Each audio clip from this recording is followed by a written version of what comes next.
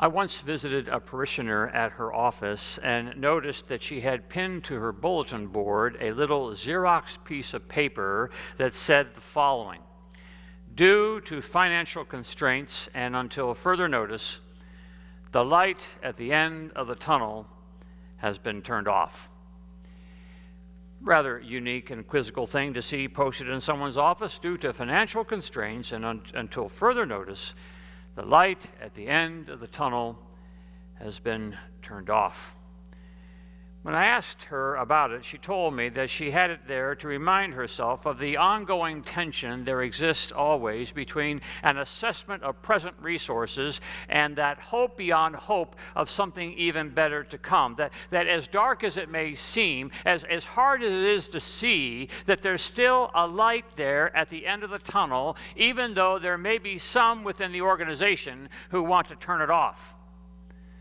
We live, don't we, always in the middle of a realistic inventory of what seems available to us now and a hope that somehow, some way, something is going to get better, that the equation will work out to something more than the sum of its parts, that 2 plus 2 might equal 5, that 3 plus 3 might equal 12, that the present constraint does not, in fact, have the ability to turn out that light at the end of the tunnel, that no matter how dark the tunnel might appear to be, no matter how long it might wind into the gloom and shadows, that there is still a light somewhere at the end, an opening into another vista.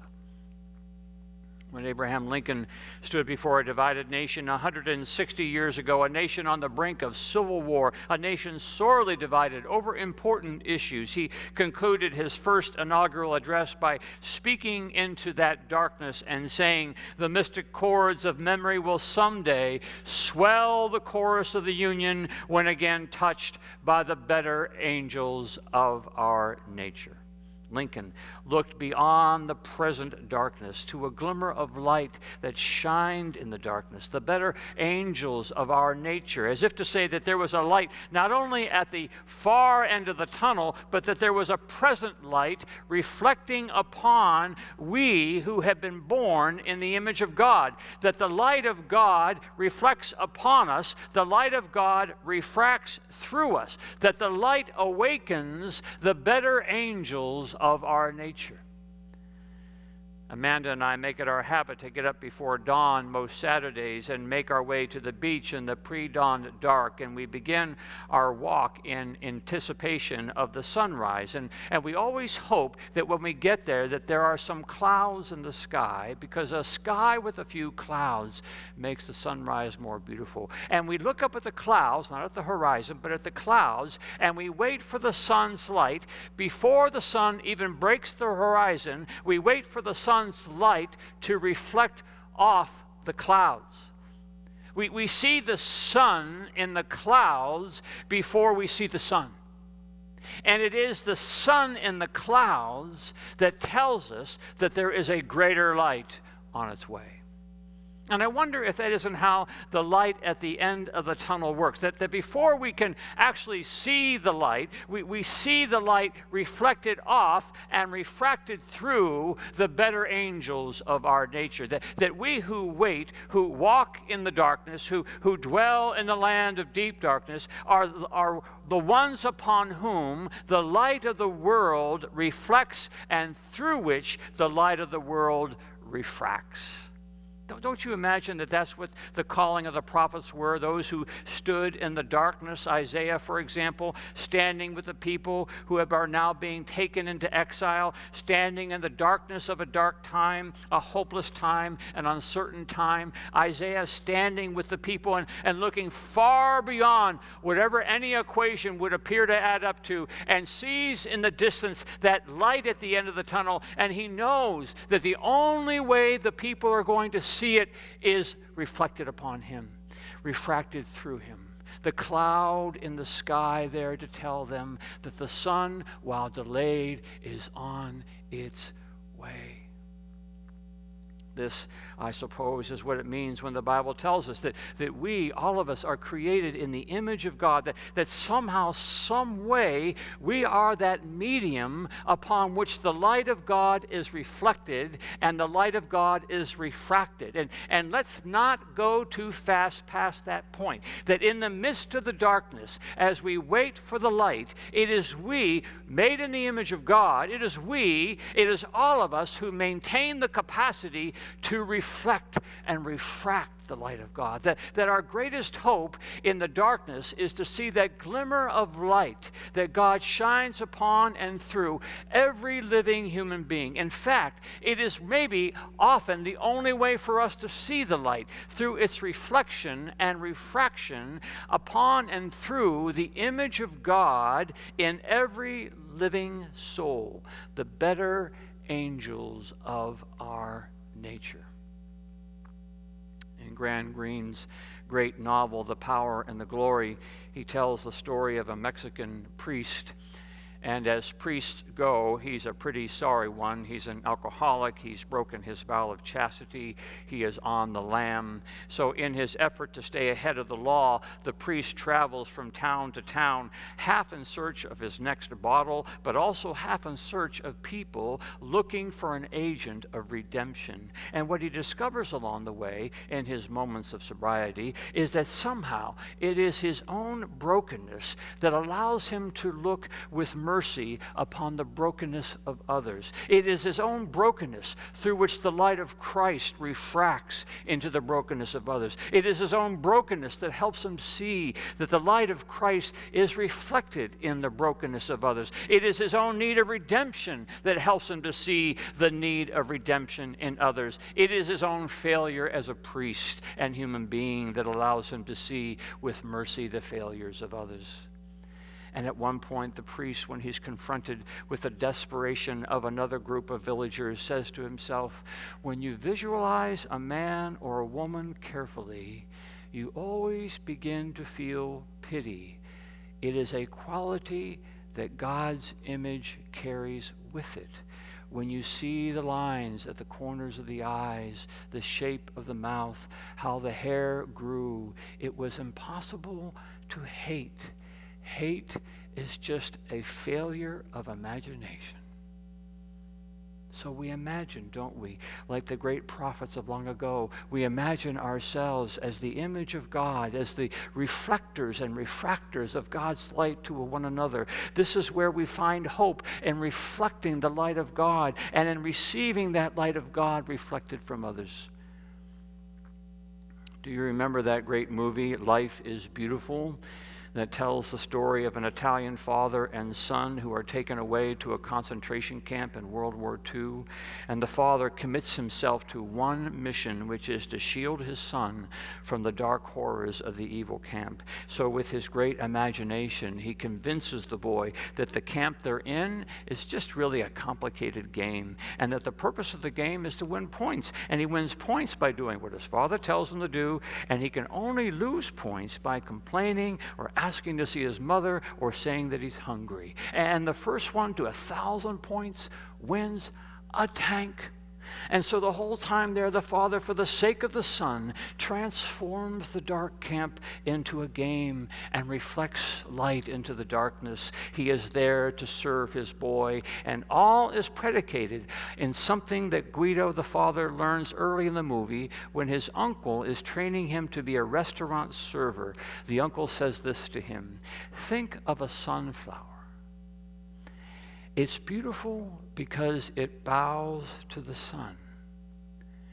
It serves the supreme art, for God is the first of the servants. God's light reflects its beauty upon us, and we bow before it, and in turn bow before others. I love that scene in Kurt Vonnegut's novel Jailbird, where Walter Starbuck, a man who has been in prison for a couple of years for a Watergate crime, is finally released, and he's left to stumble around New York City wondering if he has any value, any worth, any chance of being accepted after what he's done. He makes his way finally over to a coffee shop, and this is how Vonnegut describes the scene. Starbuck says, "By the time I reached the coffee shop door, my self-confidence had collapsed. Panic had taken its place. I believed that I was the ugliest, dirtiest little old bum in Manhattan. If I went into that coffee shop, everybody would be nauseated. They would throw me out and tell me to go to the Bowery where I belonged.